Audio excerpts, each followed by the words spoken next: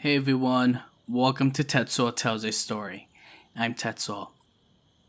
So this episode is part of the Scary Stories by US States. If you missed the older episodes, please click on the eye icon on the top right of the video or in the description below. I would love to see this channel grow, so if you could hit that subscribe button and share my videos with family and friends, we can grow together. Unwind, turn off your nightlights, but whatever you do, don't let that monster inside your house get you. Now please enjoy this episode titled Triple Dose of Scary Stories from Alaska.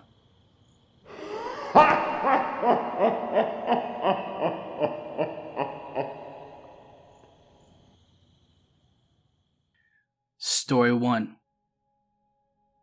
About half a decade or so, I was serving as a missionary for the Church of Jesus Christ of Latter-day Saints. Some call us Mormons, which is chill with me. I don't really care. Anywho, I spent 2 years of my life in the great state of Alaska, meeting people from all walks of life, performing acts of service, whether that be chopping wood or working at a soup kitchen, and of course, knocking doors, trying to talk to people about Jesus. I've had plenty of weird and strange experiences on my mission, such as that one time my companion John, the guy I teach and serve with. So John and I were in a stairway in a sketchy neighborhood at night. We both heard the same raspy voice in our left ear say, "No." with no one there. Or the time I lived on a church on an Indian reservation where the locals told us to be in by nightfall, and we heard strange things at night. Or even when an old Japanese man told us he cold-handed the Book of Mormon that we gave him, and he gave it back to us with a note stuck in the middle that says, "I'm sorry, I can't keep meeting with you gentlemen. Something has come up, and be careful. The others are watching." We went back a week or so later to check up on the elderly Japanese man, due to him being older and alone. We peeked through his front window and we find that his house was absolutely bare. No furniture, nothing on the inside. The crazy thing is that man was a pack rat and his house was a mess. So maybe he was kidnapped by a secret society. I don't know. The full story I'm going to share with you takes place in January of 2016. I lived in Fairbanks, Alaska, about 2 miles or so south of the Arctic Circle. Life was rough at the time because the sun only came up for about 4 hours every day. And when it did, it only stayed on the horizon, with it being dark by 3 or 4 p.m. every day. Lastly, add sub-zero temperatures into the equation, and people not exactly being the kindest, given the circumstances of being a missionary. There were many days of slammed doors, and nights of eating cup noodles by a heater. In the area of Fairbanks, there were about 10 to 12 missionaries serving different areas of the city. And like any organization, there has to be leaders to pass down information. We called these missionaries zone leaders. They gave us trainings, relayed info from our mission leaders, and just did the best to keep order amongst 20 or so 18 to 20-year-olds. One of the duties that these leaders perform was to go on exchanges with different sets of missionaries, where you would swap the person you would go out and teach with for the day, learn some pointers, be away from your companion that you might hate, and among other awesome things, I guess. At that time, our zone leaders were a very dysfunctional pair. In order to protect their privacy, I guess I'll call them Elder A and Elder B. Male missionaries are addressed as elders. Elder A was a round, jolly farm boy, Nice as can be, but not a lot going upstairs. Of course, there's nothing wrong with that. Elder B was nice, easygoing, athletic guy, but turns out the man was a certified sociopath. There was a lot of problems between the two of them. They clashed and fought all the time, and you know contentions can breed bad things. On to the event in question. So I had gone on one exchange with Elder A and Elder B.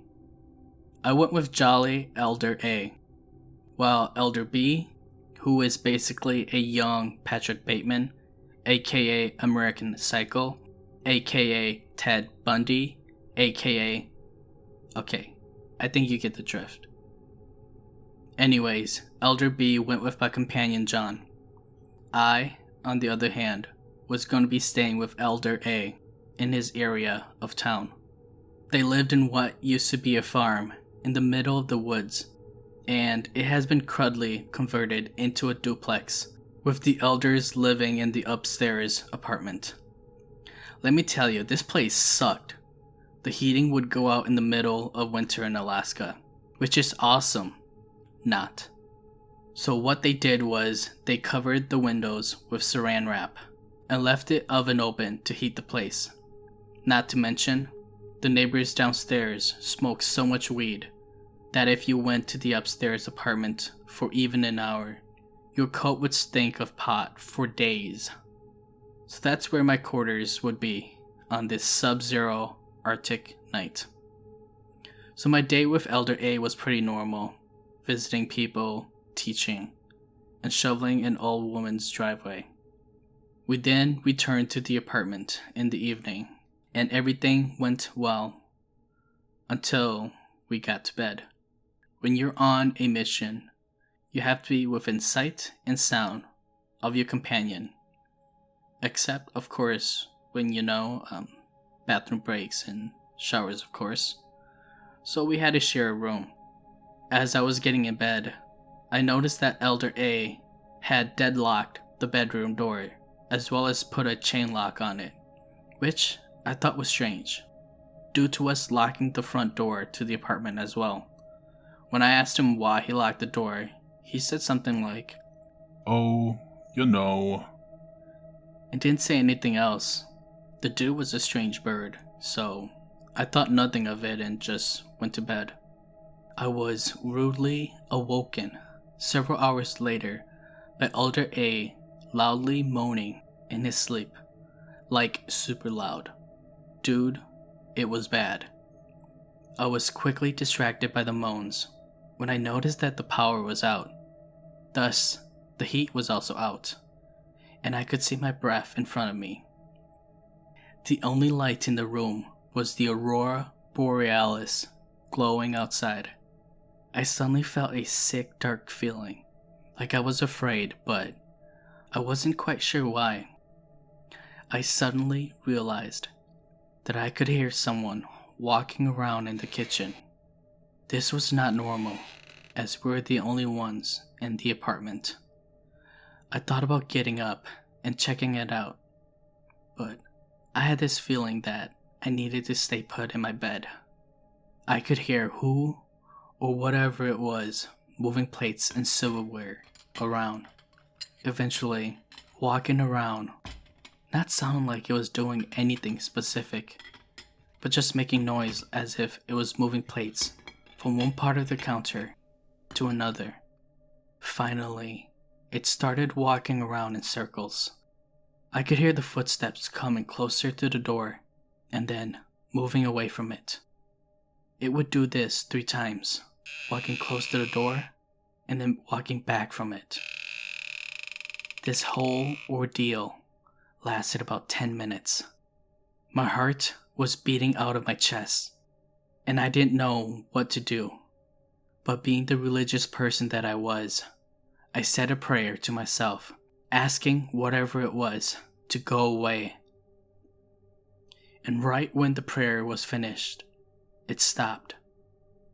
I'm not sure what caused it, but whatever was moving and causing a ruckus didn't want to stick around anymore. I eventually was able to fix the power and turned the heater on, and I fell fast asleep. The next morning, I had decided that it must have been a dream, and that in my state of being half awake, my mind was playing tricks on me. Indeed, I have been exhausted and stressed out, so my restless mind must have been acting up. I decided not to share this incident with anyone. That is, until 2 or 3 weeks later, I was hanging out with another set of missionaries who happened to live right by. We were up late, swapping scary stories. I didn't have any good ones to tell, so I decided to tell my story at the zone leader's apartment. As I was telling my story, one of my buddies begins to get very pale and very quiet. When I finished telling my story, he explained that a week or so before I was in that apartment, he had been on an exchange with Elder A as well. That night, they had decided to sleep with the door open. My buddy was awoken in the middle of the night, seeing an outline of a man in the doorway, or a shadow man. He wasn't sure. When my buddy asked the shadow man what he was doing there, the figure said, "I'm looking for Elder B." Except this dark figure used Elder B's full name. My buddy responded, "Well, Elder B isn't here. He's with my companion." The figure then vanishes, and from there on out, Elder A and Elder B double locked the bedroom door every night. You're probably wondering, as I was, why Elder B? Well, the man has always been doing sketchy stuff. One time, my companion John and I had come home one night to our apartment.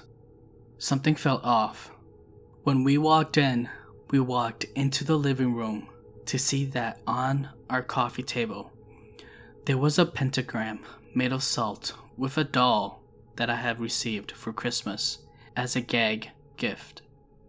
In the middle, its eyes darkened with a Sharpie. John and I were shocked.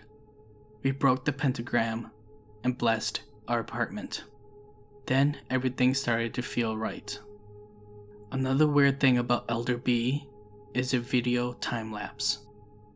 A video surfaced of him and a group of people who we don't know. They were wearing cloaks in a room. The room was lit only with candles, and they were walking in a trance-like circle around the room. Elder B has gone back to Arizona when this had surfaced, so no one could question him about it. To add a little fun note to this story, when I finished my mission, I was telling the story to my father's extended family at our cabin. When I had gotten to the part where the power had gone out, the power went out on our cabin, and my little brother got a bloody nose. Probably nothing, but it certainly added to the atmosphere of my retelling of the event. Now, before this event, I certainly believed that there has to be something going on. When it comes to paranormal and the stories we hear people tell, 99% of them are probably BS. Whether mine's in the 99 or the 1%, that's up to you. Another takeaway was that these dark spirits are real, and if they indeed are malevolent and want to cause harm, per the rules of the universe, there has to be opposites in all things. And if there is so-called dark and evil force, there has to be an opposite, a force of light and good. That gives me a strange feeling of comfort for some reason.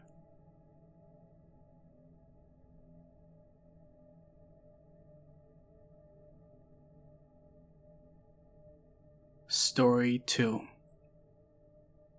Last summer I was home alone on this particular night, which is unusual. I live in a duplex. My upstairs neighbor went snow machieing up in Fairbanks, Alaska. I live in Anchorage. It was 3 to 4 a.m. on a Saturday morning. My daughter was at a sleepover, and my man was at work. It was just me and my 2 kitties. We were watching TV, and I had smoked some tree earlier in the night. We've lived here for 3.5 years now, and we've had regular haunting as my landlord's husband died of a sudden burst of aneurysm. He is mischievous and will turn the TV off if I'm watching something that he doesn't like. Reality shows, mostly. I have seen him move some things. I don't see him a lot. Out of the corner of my eye, mostly. This experience, however, wasn't him. It was something much, much darker. I had the TV on. I had 2 battery-powered lights on. My bathroom light in the master bedroom and the hall light on. My cats' names are Scraps and Migo. The bathroom door are sliding mirrors. It was opened, and so was the door to my room.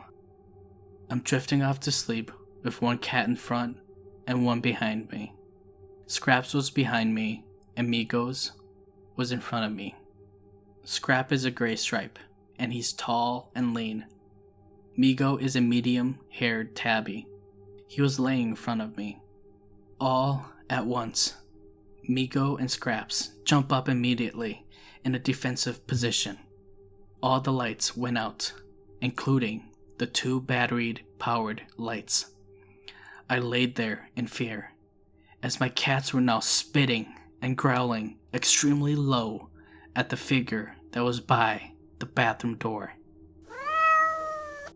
Scraps came and got in front of me as if to protect me. As we all watched this tall black figure emerge from the bathroom closet. After a second, it dissolved into darkness as all the lights came back on. I grabbed my cats and ran out of that house. I didn't even put shoes on. My keys were right next to me, and we dipped. I haven't had any experiences with that particular entity. Side note, I've always been extremely energy conscious. I'm not a medium or anything like that. I have had a lot of experiences with the paranormal. I'm glad I have somewhere to share them.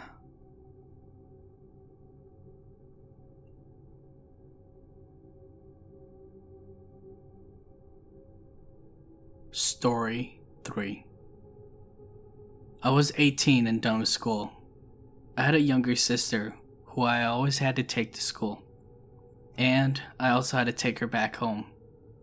During the morning, I woke her up to get ready for school. We usually get ready very early, and during the winter, it was pitch black. My sister gets ready very fast, so we'd had time to have breakfast. Around 7 a.m., I start the car up to get it warmed up. I tell ya, living in Alaska is cold. Your car windows are frozen ice, and fog will form if you use hot heat. I used the AC to prevent the fog. I went back inside, and we chilled for 20 minutes. I then got ready and headed out. Outside of my house, I shouted for my sister to hurry up and get into the car, and that we were leaving. At this point, I got in my car, a big SUV, and I unlocked the doors since we were about to leave. I went in, and I see that my sister is already sitting in the back passenger seat. We left the house, and I started to drive into the big streets, heading towards her school.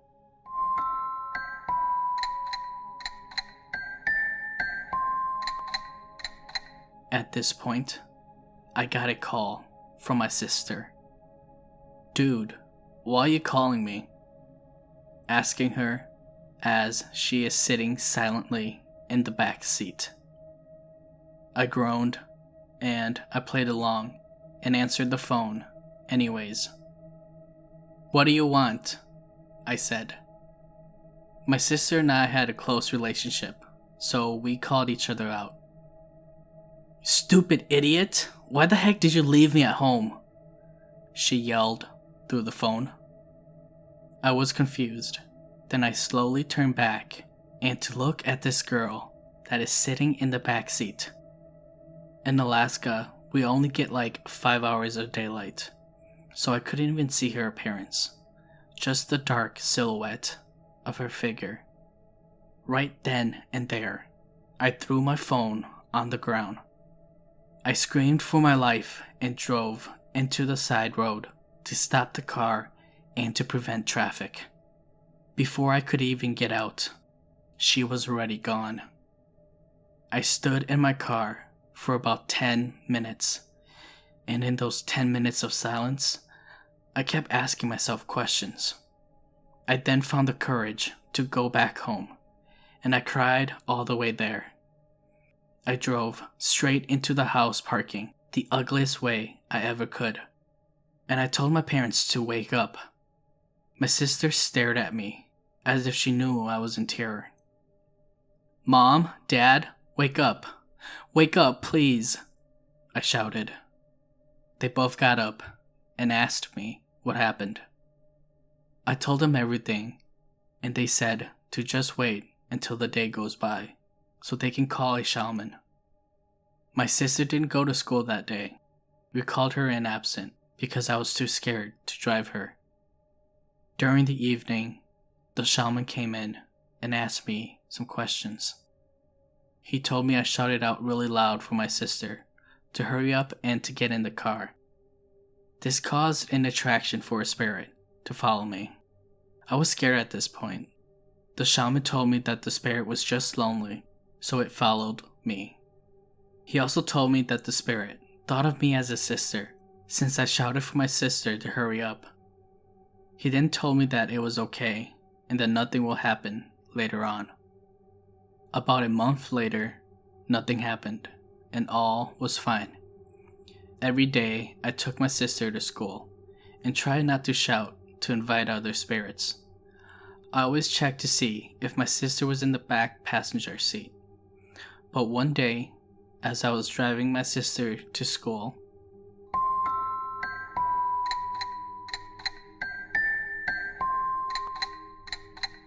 I got a call, and the caller ID says it's my sister. So I looked back and screamed loudly, "Butthead, I know you're back there. Stop messing with me, stupid idiot," I shouted.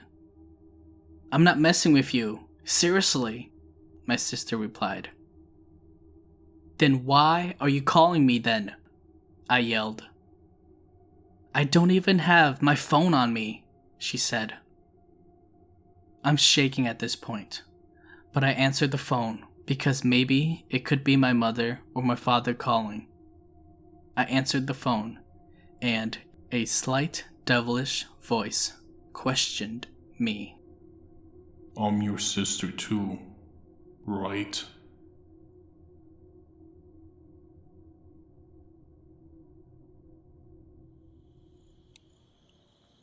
Thanks everyone for making it to the end of this episode.